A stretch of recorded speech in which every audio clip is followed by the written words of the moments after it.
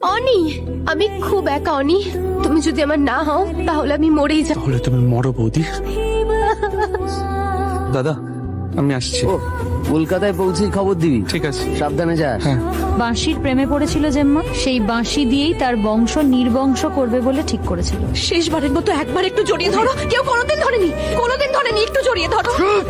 একটা বাজে কথা বলবে না। এখনই তুমি আমার ঘর থেকে বেরিয়ে যাবে। এখনো যদি তুমি না বেরো আমি দাদাকে গিয়ে বলবো। বেরো এখান থেকে। কিন্তু জেম্মা ঠাকুর মশাইকে কেন মানবে?